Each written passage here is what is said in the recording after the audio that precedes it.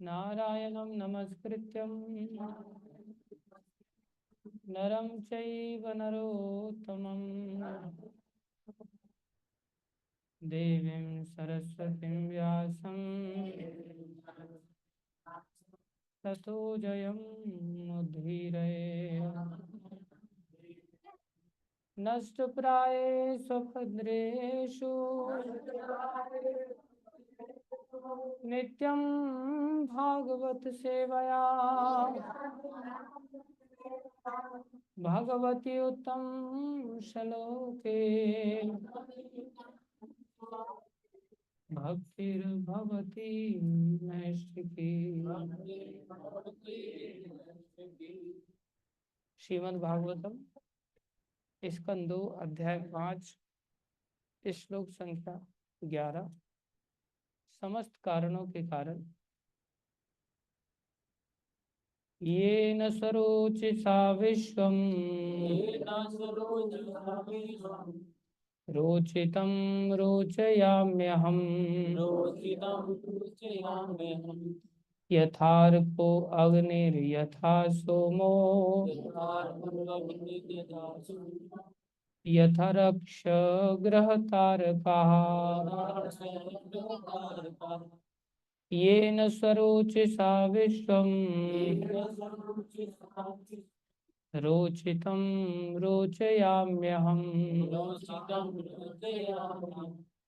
यथार्को अग्निर्यथा सोमो यथा रक्ष ग्रहतारकाः।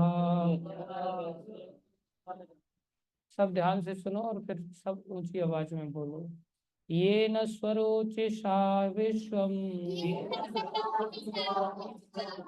रोचितं रोचयाम्यहम् यथार्को अग्निर्यथा सोमो यथा रक्ष ग्रहतारकाः। शब्दार्थ येन जिनके द्वारा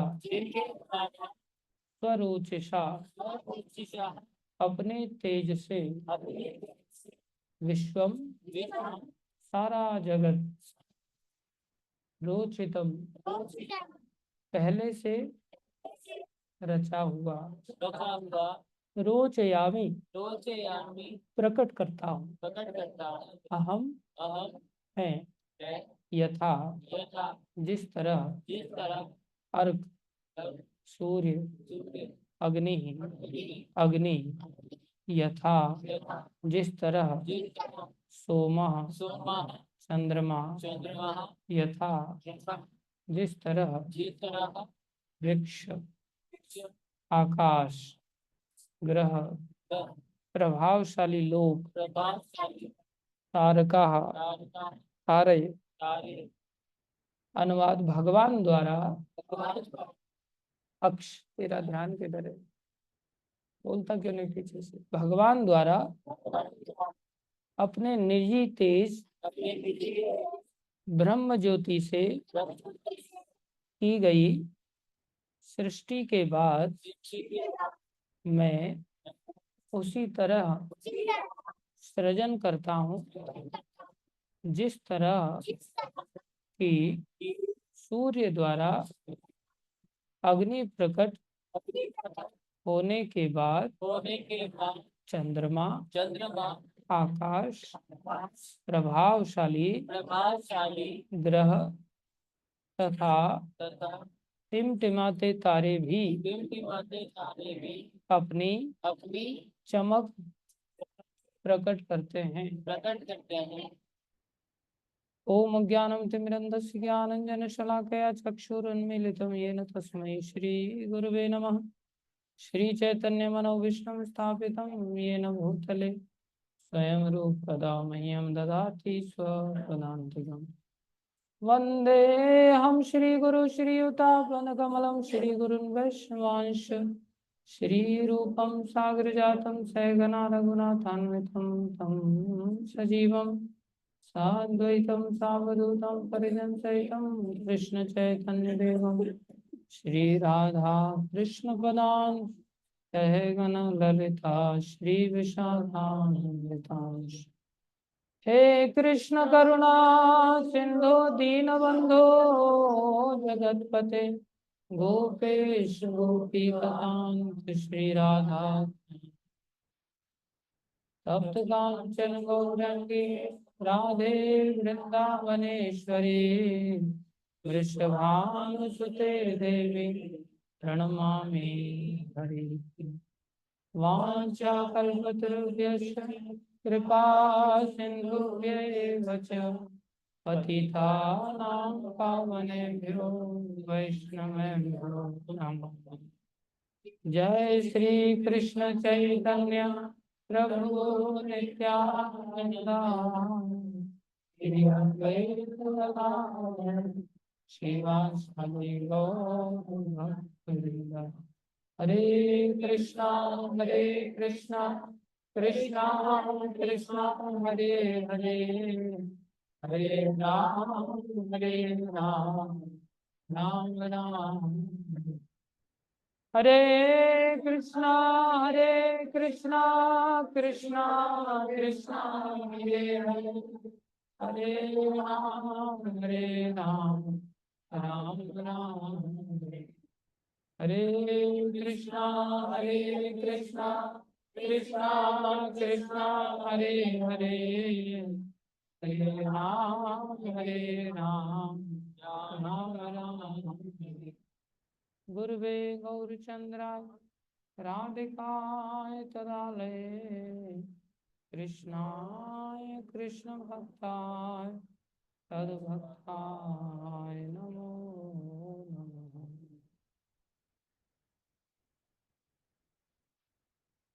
हरे कृष्णा।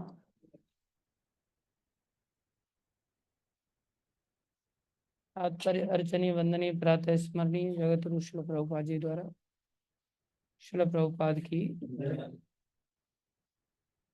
कृपा करके प्रभुपाद जी की दया से प्रभुपाद जी यहाँ क्या समझा रहे हैं, गुरु वैष्णवों की कृपा से हम इसे समझने का प्रयास करते हैं। ब्रह्मा जी ने नारद जी से कहा कि उनका अनुमान कि ब्रह्मा सृष्टि में परम सत्ता नहीं है ठीक ही था।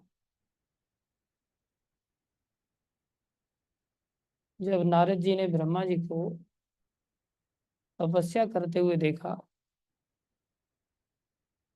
तो नारद जी अनुमान लगाने लगे कि अवश्य ही कोई ऊपर आपसे भी बढ़कर है जिसका कि आप भजन कर रहे हैं। ब्रह्मा होकर के भी उनको भजन करना होता है। इसलिए प्रभुपाद जी यहाँ लिख रहे हैं, ब्रह्मा जी इसने नारद से कहा कि उनका अनुमान कि ब्रह्मा सृष्टि में परम सत्ता नहीं है ठीक ही था। कभी कभी कम बुद्धि वाले मनुष्यों की ऐसी मूर्खतापूर्ण धारणा बनती है कि ब्रह्मा ही सभी कारणों के कारण है। कम बुद्धिमान वाले लोगों की ऐसी दशा होती। कोई उदाहरण दे सकता है?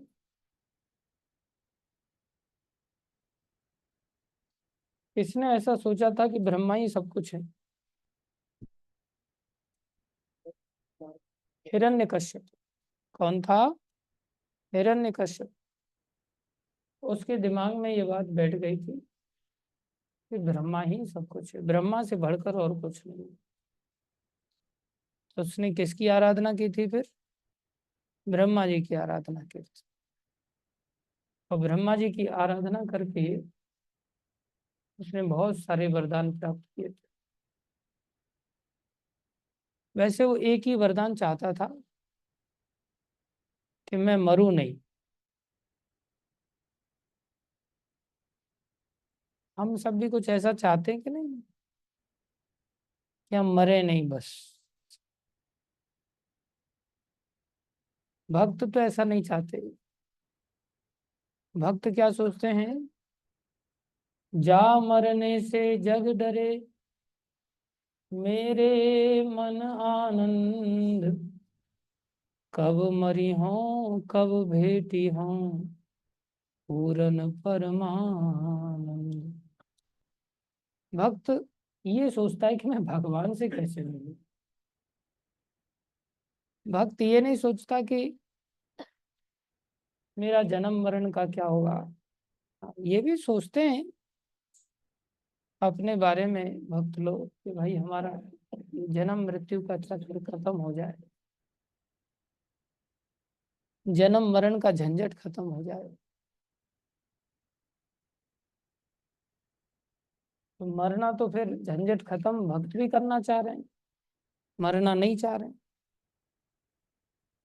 और मरना हिरण्यकश्यपु भी नहीं चाह रहा है। तो क्या दोनों एक जैसे हो गए? भक्त मरना भी चाहते हैं और भक्त मरना नहीं भी चाहते। जो महान भक्त हो जाते हैं वो मरना नहीं चाहते ऐसा नहीं है। वो भगवान के ऊपर छोड़ देते, मारो भी राखो भी, जो इच्छा तुहार, नित्य दास प्रति तू या अधिकार। आपको मारना है तो मार डालो, जिंदा रखना है तो जिंदा रखो, मैं तो आपका नित्य दास हूँ। आप जैसे रखें वैसे ठीक है। आप अगर नरक में लेके जाना चाहते हो तो नरक में ले जाना, मुझे कोई ऐतराज नहीं। लेकिन मेरी एक ही निवेदन है, मुझे बस भक्ति में लगाए रख, मुझे आपकी याद बनी रहे बस। आपकी याद बनी रहेगी तो नरक भी अपना प्रभाव नहीं दिखा सकता। इसलिए चैतन्य महाप्रभु ने भक्तों की कैसी चेतना होती है ये बताया। क्या बताया? नाम नामकारी बहुधा निज सर्व शक्ति, तत्र अर्पिता नियमित स्मरणे न काल, एतादृशी तव कृपा भगवन् मम, दुर्दैव मे दृश में हा जनी नानुराग। ये श्लोक नहीं, जन्म जन्म मम जन्मनि जन्मनि ईश्वरे भवताद भक्तिर अहेतुकी त्वयि, अय नंद तनुज किंकरम पतितम विश्व में भगवान बुद्ध, कृपया तव पाद पंकज स्थित धूलि तद्दर्शन। हे कृष्ण, आप मुझे अपने चरणों की धूल प्रदान करो और उससे भक्ति आ जाती है। और भक्ति आ जाए, अहेतु की भक्ति आ जाए तो फिर मेरे जन्म पर्यंत जन्म भी हो फिर भी कोई दिक्कत नहीं। अभी जैसे कोई कहे कि भाई हाँ विदेश आपको भेजा जा रहा है, कहीं भी भेज दो, पैसा दे दो बस, है कि नहीं? कोई जगह ऐसी नहीं है जहाँ पैसे से काम ना हो जाए, भारत में या विदेशों में। मतलब जहाँ भेजना है भेज दो, पैसा होना चाहिए हाथ। ऐसी भक्ति ऐसी चीज है कि नरक में भी चले जाएं, वहां पैसा तो काम करता नहीं है, कहीं भी भेज दो बस भक्ति दे देना बस। उससे क्या है कि सबको पटा लेंगे वहां। नचिकेता भी गए थे ना यमराज के पास, भक्त थे, तो यमदूतों ने उनका कुछ नहीं बिगाड़ा, उल्टा अतिथि रूम में दे रखा उनको कि अभी यमराज आ रहे हैं, आप अतिथि रूम में, यहाँ बढ़िया एसी वगैरह है, आप यहाँ आराम से रहिए। तो भक्त लोग दुनिया में कहीं भी चले जाएं, अगर भक्ति है तो शेर भी कुछ नहीं करेगा, प्रणाम करेगा। पागल हाथी भी कुछ नहीं करेगा, वो भी प्रणाम करेगा। सांप भी कुछ नहीं करेगा, वो भी प्रणाम करेगा। उल्टा सब सेवक बन जाते। क्या होने से? भक्ति। न धनम न जनम न सुंदरिम कविताम वाह जगदीश काम है। संसारी धन नहीं भी हो, भक्ति हो तो सब काम हो जाएंगे। संसारी लोग हमारे पास ना हो तो भी काम हो जाएंगे। एक भक्त थे, यहीं गिरिराज जी में रहते थे, तो उनकी ऐसी भक्ति थी कि उनके पास वैसे तो आदमी नहीं थे, और उस समय शहर मथुरा में ही था, सब सामान मथुरा से ही आता था, अब तो सब जगह हो गया है। तो भगवान की सेवा के लिए उनको कोई चीज की जरूरत पड़ रही थी, तो उन्होंने एकदम से एक बंदर पास में आया तो उसको पकड़ कर इधर आ। बंदर आ गया, उनका आदेश मानना पड़ा, बंदर को भक्त थे ना, आ गया और बंदर को पकड़ करके इधर आओ, ऐसे हाथ घुमाया बंदर, और वो बंदर इंसान बन गया। तू कुछ नहीं बनाना, भक्ति नहीं है मेरे अंदर, क्या करेंगे। मैं सोच रहा था तू बंदर बन जाता भी, थोड़ा मनोरंजन होता भी यहाँ पर। तो उन्होंने हाथ घुमाया तो वो बंदर इंसान बन गया, और उसको बोला जा मथुरा से ये सामान लेके आ जा। गया, वापस आया, सामान ला के दे दिया, फिर से हाथ घुमा, जा खेल अब। बंदर बना के छोड़ दिया। वैसे बंदर को भगवान की सेवा का मौका कहाँ से मिलता, लेकिन ऐसे ऐसे भक्त होते हैं, उन्होंने बंदर को सेवा का अवसर दे दिया, और उस सेवा से आगे चल करके भगवान की कृपा प्राप्त करेगा। लेकिन कर्मों से तो बंद रहे, तो भगवान के भक्त ऐसा भी नहीं करते कि उसके कर्म के विधान को एकदम से ही नष्ट कर दें, धीरे धीरे होता है सब चीज। तो ये भक्तों की सामर्थ्य होती है।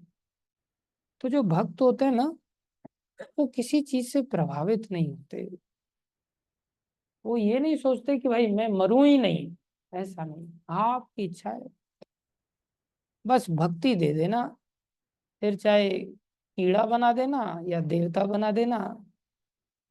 बोले बिना भक्ति के आप मेरे को ब्रह्मा भी बनाना चाहोगे तो भी मेरी कोई इच्छा नहीं, और भक्ति के साथ अगर आप मेरे को नाली का कीड़ा भी बनाना चाहोगे तो भी मैं बनने के लिए तैयार हूँ। तो सबसे बड़ी चीज क्या है, भक्ति। अभी किसी आदमी को लंबी आयु का वरदान दे दिया जाए और उसको पीलिया की बीमारी लगा दी जाए, ऐसी बीमारी के साथ जीना क्या फायदा। और किसी भी दशा हो लेकिन भक्ति आ जाए, तो भक्ति से तो भगवान भी आ जाते हैं। तो जब भगवान आ जाएंगे तो फिर कोई चीज असंभव रहेगी उसके लिए, सब कुछ हो सकता है। इसलिए हमें क्या चाहिए, भक्ति। सब बोल ही नहीं रहे, क्या चाहिए, भक्ति। हमें केवल भक्ति। जीवन का उद्देश्य जो है, ये रट लिया है आप लोगों ने, रट लिया है। श्री कृष्ण प्रेम प्राप्त करने का है, कृष्ण प्रेम को ही भक्ति कहते हैं। अच्छी बात। जीवन का उद्देश्य जो है श्री कृष्ण प्रेम प्राप्त करें। बहुत सारे लोगों को तो ये पता ही नहीं कि जीवन का उद्देश्य क्या है। इस मनुष्य शरीर का उद्देश्य रोटी पानी खाना ही नहीं है, वो तो जानवर भी खा रहे हैं। मनुष्य शरीर का उद्देश्य है हम इस शरीर में भक्ति प्राप्त कर लें, कृष्ण प्रेम प्राप्त हो जाए बस। और जिसमें जब बड़ा भक्त बन जाता है तो ऐसा सोचता है, और जो छोटा भक्त होता है वो क्या सोचता है, प्रभु मेरी इस जन्म मरण की चक्कर से बाहर निकालो, अब मैं मरना नहीं चाहता, बहुत बार मर लिया, मर मर के अब मैं थक गया हूँ। जैसे कोई व्यक्ति आए और उसको एक कमरा दिया रहने के लिए, आधा घंटे बाद ये कमरा छोड़ दो, आपको दूसरा कमरा दिया जा रहा है। दूसरा कमरा दिया, आधा घंटा बैठा ही था वो, इतनी देर में पंखा वगैरह चालू किया उसने, थोड़ी ठंडा हो ही रहा था, अरे रे ये कमरा छोड़ दो, इसमें दूसरे गेस्ट आने वाले हैं, आप ये कमरे में आ जाओ। अगर आनंद मिश्रा जी के साथ ऐसा दिन में 10 बार कर दिया जाए, क्या करेंगे फिर ये, रखो अपनी धर्मशाला अपने पास, मैं चला, यही करेंगे ना। ऐसा थोड़ी होता है। लेकिन अगर इनके पास ऐसी परिस्थिति आ जाए कि आप जा भी नहीं सकते, आप कहीं भाग करके बाहर जा भी नहीं सकते, तब क्या करेंगे, सब दादागिरी ठंडी हो जाएगी और हाथ जोड़ के कहेंगे प्रभु जी मैं ही मिला था इतना परेशान करने के लिए, अब कृपा करो, अब बहुत कमरे बदल लिए, अब नहीं होता, अब कोई एक जगह दे दो जैसे हमारे रंगदेव प्रभु कहते हैं, कमरा दो ही मत लगे तो सीढ़ी के नीचे ही डाल दो मेरे को, लेकिन सीढ़ी के नीचे से मत निकालना मेहरबानी करके। नहीं चाहिए मेरे को कमरा, लेकिन ये झंझट मत पालो। तो ऐसे ही जो भगवान के भक्त होते हैं ना, वो मरना नहीं चाहते। क्यों नहीं मरना चाहते? बोले इतने बार मर लिए, और मच्छर थे तो पटक पटक के मारा लोगों ने, थाली पर बैठ करके खाने भी नहीं दिया। मच्छर के लिए तो खून पीना थाली है ना। और बेचारा प्रसाद खाने के लिए बैठा ही था विनोद प्रभु की थाली पर। ये भक्त हैं तो भक्तों का जो खून होता है ना, वो प्रसाद होता है। बैठा ही था, तो इतनी देर में मारा तमाचा उसको, बेचारे का राम नाम सत्य हो गया। ऐसा नहीं करना चाहिए। तो बोले मैं मच्छर बना, मक्खी बना, चींटा बना, चींटी बना, 84 लाख योनियों में क्या क्या नहीं बना, और हर बार मरना पड़ा। इसलिए अब मैं मरना नहीं चाहता। हिरण्यकश्यपु भी यही वरदान मांग रहा है, अब मैं मरना। लेकिन उसका ये भावना नहीं है। वो क्या सोच रहा है? मैं न मरूं, बाकी सब मर जाए। उसके अंदर ये अंतर है। भक्त क्या सोचता है? ना मैं मरूं ना कोई और मरे, ये जन्म मरण का चक्र ही खत्म। जैसे एक बड़ा सुंदर भजन है ना, आप कहो तो थोड़ा सा गा लें उसको, हारमोनियम दे दो थोड़ा सा, जिसमें आचार्य प्रार्थना करते हैं, भगवान गोपीनाथ हैं, उनसे प्रार्थना करते हैं। नीचे रख लो थोड़ी देर, और भजन दे देना निकाल के।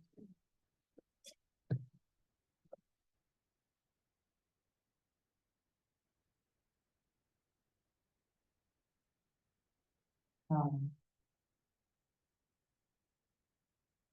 इसमें वो लाइन किधर है?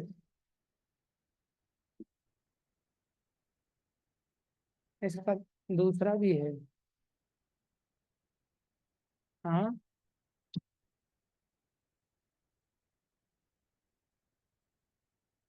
चलो यही दे दो, अभी इसको गाते हैं, आगे बढ़ते हैं।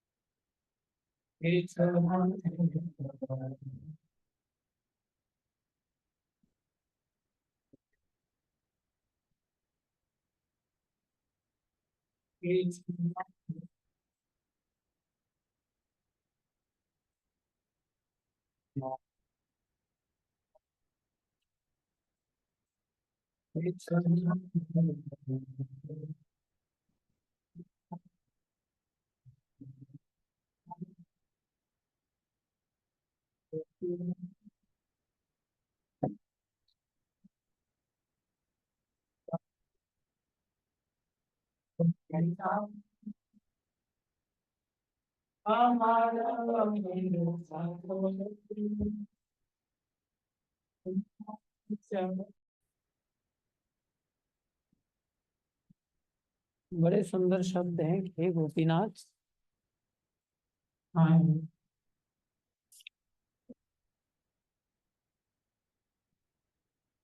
क्या निकाल के दिए?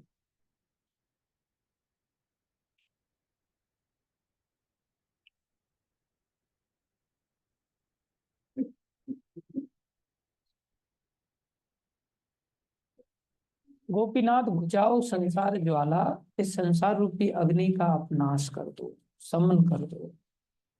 अविद्या यातना आहार नहीं सहे। ये जितने भी कष्ट हमें मिल रहे हैं ना, इसका एक ही कारण है, अविद्या। हम लोग अविद्या में भरे पड़े हैं। हमारे जीवन में अज्ञान ने आवरण कर दिया है, और हमारा जो स्वरूप ज्ञान है उसको ढक दिया है कि हम श्री कृष्ण के अंश हैं। ये बात हम भूल गए, और इसकी वजह से हमें यातनाएं सहन करनी पड़ रही हैं। जन्म मरण की जो यातनाएं हैं, इसका उपाय ब्रह्मा जी से वरदान लेना नहीं है।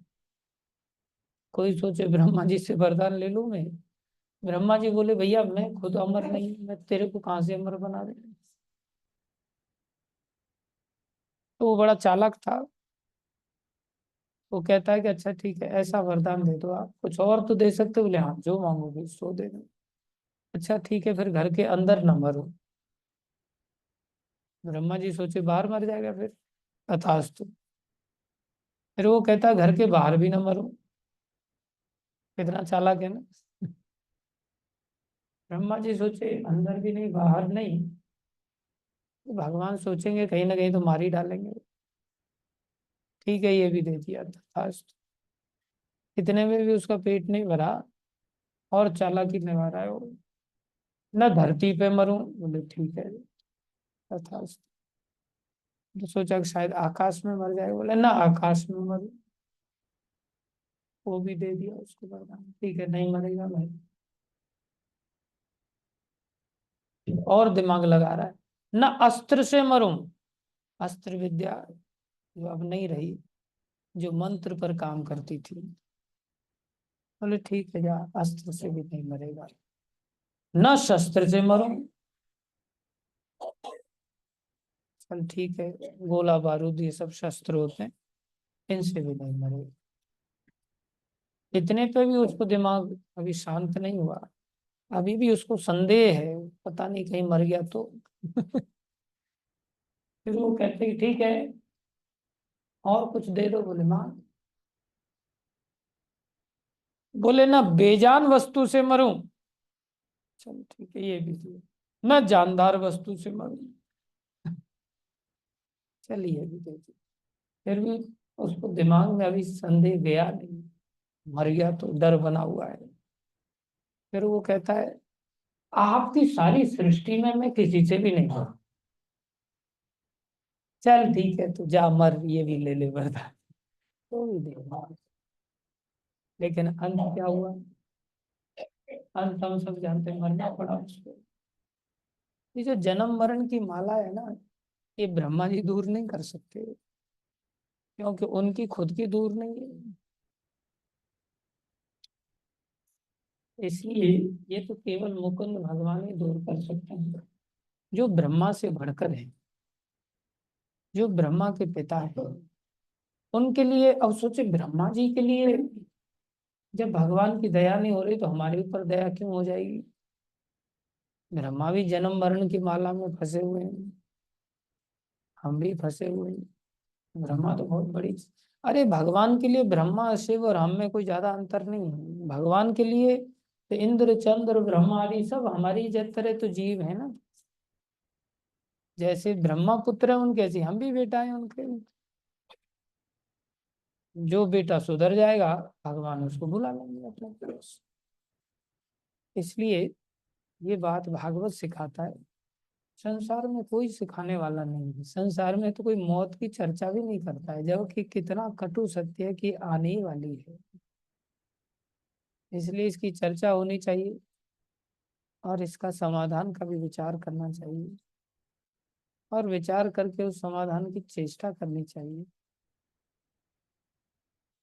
चेष्टा गंभीर हो जाएगी तो इसी जन्म में सफलता मिल जाएगी, और चेष्टा अगर ढीली रहेगी मेरी तरह, गंभीर कर ली आप लोगों ने उत्तम मोहन प्रभु की तरह, तो इसी जन्म में आप धाम चले जाएंगे। और मेरी तरह अगर चेष्टा ढीली रही, तो गिनती नहीं है कितने जन्मों का चक्कर काटना पड़ेगा फिर। ठीक है? इसलिए हमें चेष्टा करने का प्रयास करना, भागवत हमें यही सिखाता है। धन्यवाद सभी का धैर्यपूर्वक श्रवण करने के लिए। सब लोग 7 बजे तक जप कर सकते हैं, ये भगवान के नाम से ही हमारा मंगल हो। हरे कृष्ण।